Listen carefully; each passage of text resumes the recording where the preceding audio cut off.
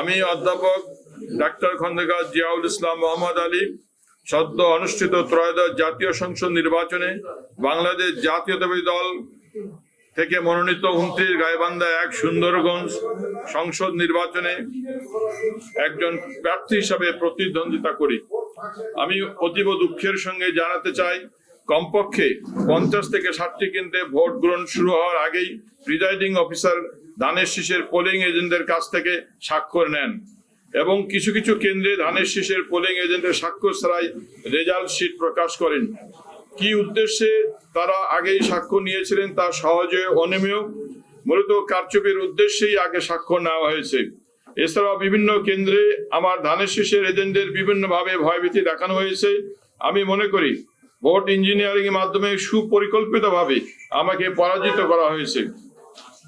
আমি গত 12 তারিখ অর্থাৎ নির্বাচনের দিন আমি নিজ ভোট প্রদানের পর বিভিন্ন কেন্দ্র পরিদর্শন করি।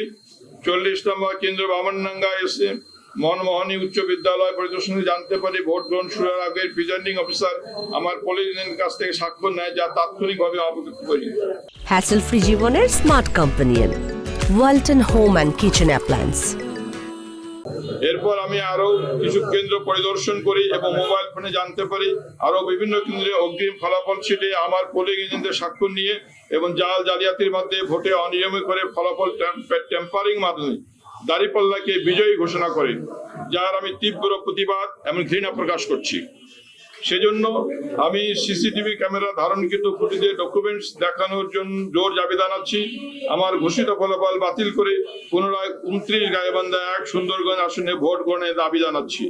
এবং আমি আরো বিভিন্ন ভোট কেন্দ্রে পরিলক্ষিত হয়েছে নব সৃষ্টির লক্ষ্যে আমি বিশ্বস্ত সূত্রে জানতে পারি রংপুর থেকে একটা যুব সমাজের কিছু হাজার হাজার ছেলেকে বিভিন্ন পোলিং কেন্দ্রে ভোট কেন্দ্রে নিয়ে আসা হয়েছে এবং ঢাকা থেকে একটা গ্রুপকে এখানে নিয়োজিত করা হয়েছে, যার ফলে ভোট প্রিজাইডিং অফিসার প্রভাবান্বিত করে তারা জালিয়াতির মাধ্যমে যে ফলাফল দেখিয়েছে তা আমি এখনই বাতিল করার জন্য জোর দাবি জানাচ্ছি।